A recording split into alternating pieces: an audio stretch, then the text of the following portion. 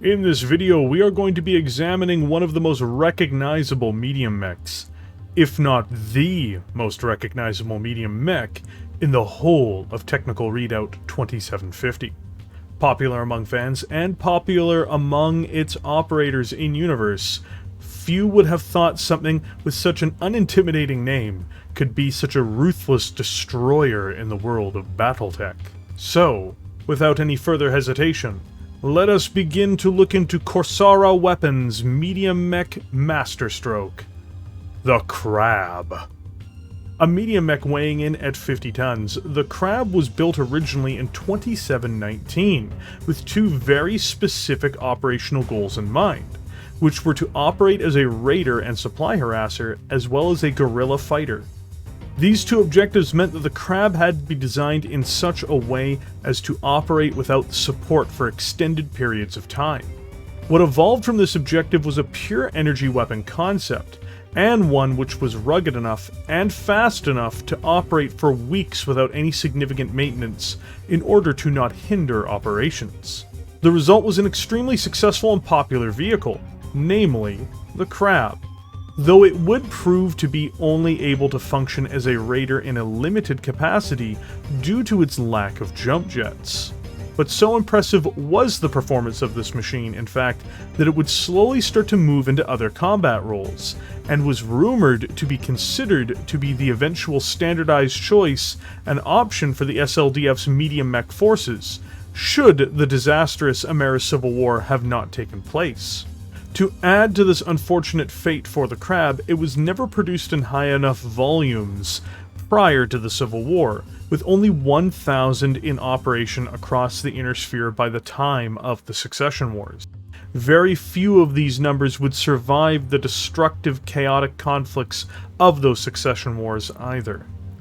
Worse yet, the primary facility that built the Crab was on Northwind, and it was destroyed, though it would still operate well enough for over a century to provide refit kits for the Crab, in an attempt to keep these in service, but in a downgraded state.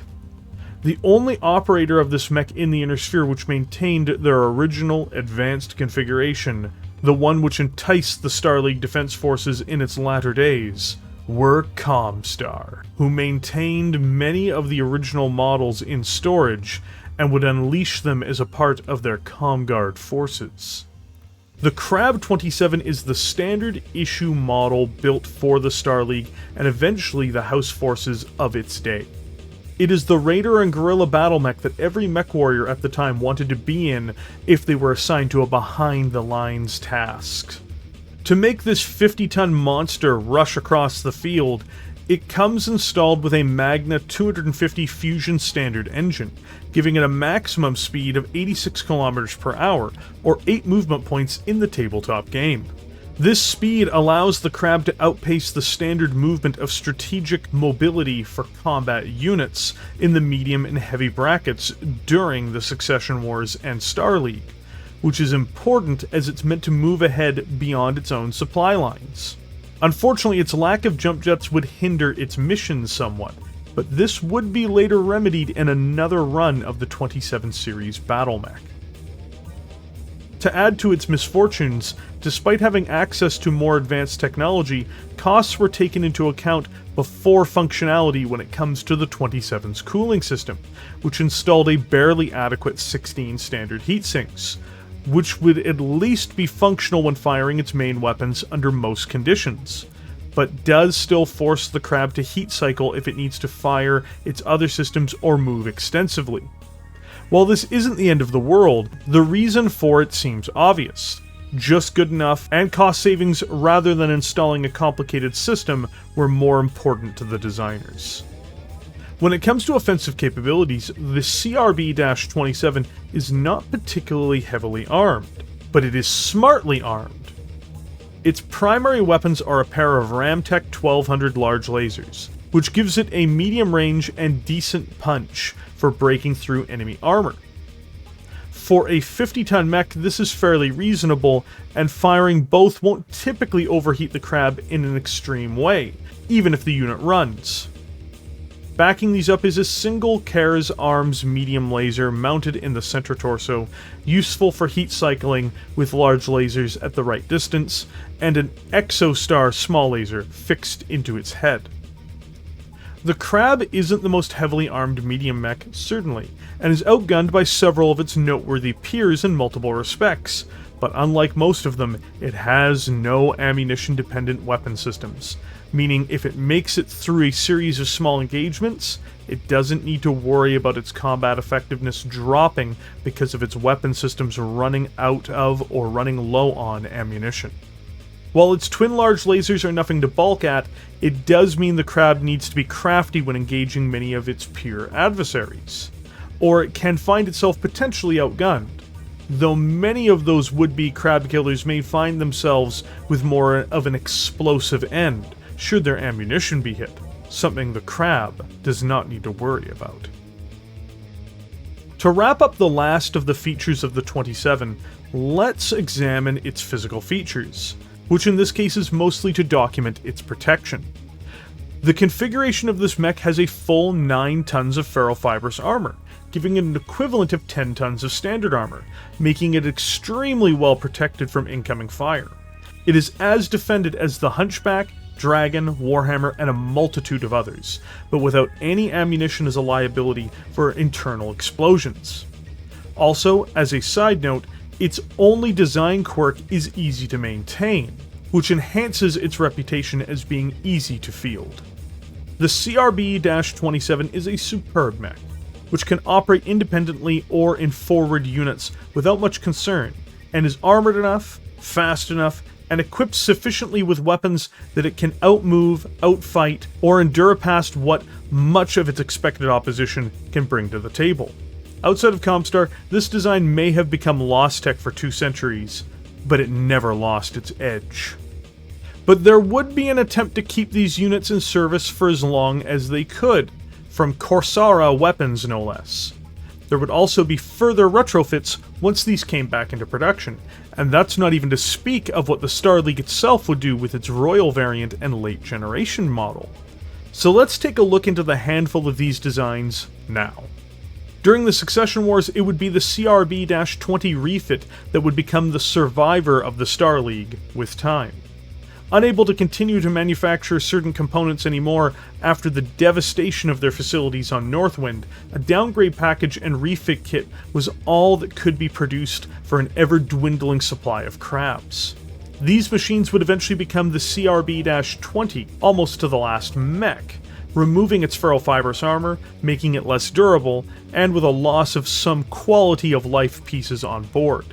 Overall, this mech is very close to the original, and would remain popular with mech warriors even during this time, despite the loss of armor and some of the advanced onboard computers and electronics. The SLDF would have 2 variants produced in addition to the base model, one which would be the Royal variant for their specialist units, and the other that would be a late generation procurement, the CRB-27SL. The latter of these 2 was quite the machine in and of itself. Installing an XL engine in order to give it 6.5 tons of additional room to work with, as well as upgrading its heatsinks to double heatsinks and removing 2 for more savings, the SL would become what many would call a pulse boat. With the weight saved, it would install 5 jump jets first, before upgrading both its large lasers to large pulse lasers, and then upgrading its medium laser to a medium pulse laser. While it does lose some range, its accuracy cannot be overstated, nor can its cooling, where it can fire all of its pulse weaponry with ease. The 27SL is a savage warrior and brawler, and excels at the raiding operations and behind enemy lines approach the Crab was designed for, especially due to the addition of its jump jets. But it is important to note the XL engine can be a liability should the Crab take too much damage. The CRB-27B, on the other hand, is a much more conservative approach. It keeps the same equipment largely as the original, though it does upgrade its heatsinks to double heatsinks. Then, it simply upgrades the large lasers to ER large lasers.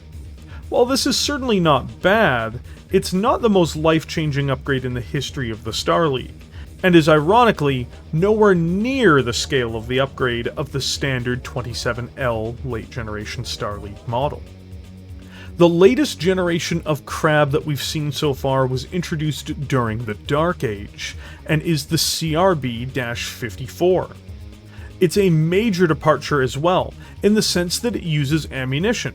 First, its medium and small lasers are upgraded to ER variants. Its engine is an immense 350 XXL engine though, giving it a maximum speed of 110 km per hour. And it has a supercharger on board, allowing it to burst to a terrifying 140 km per hour. But the final point is its ammunition-fed twin plasma rifles, as its primary weapon system.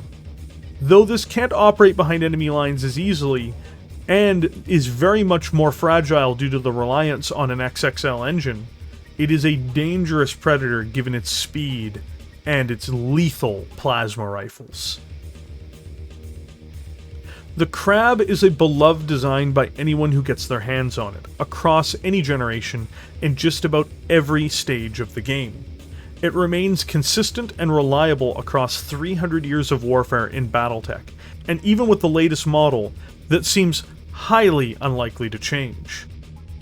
There is a reason why the SLDF was considering making these the mainline medium mechs of their entire force. Because sometimes it's not the size of the crab in the fight, it's the size of the fight in the crab. Thank you for joining me here today. If you enjoyed this video, please hit the like button and subscribe to the channel. There is new content on this channel very frequently, and I'd appreciate your support. Also, a huge thank you to all the YouTube members who support this channel, as these videos are possible because of viewers like you. With that, I will catch everyone in the comment section below.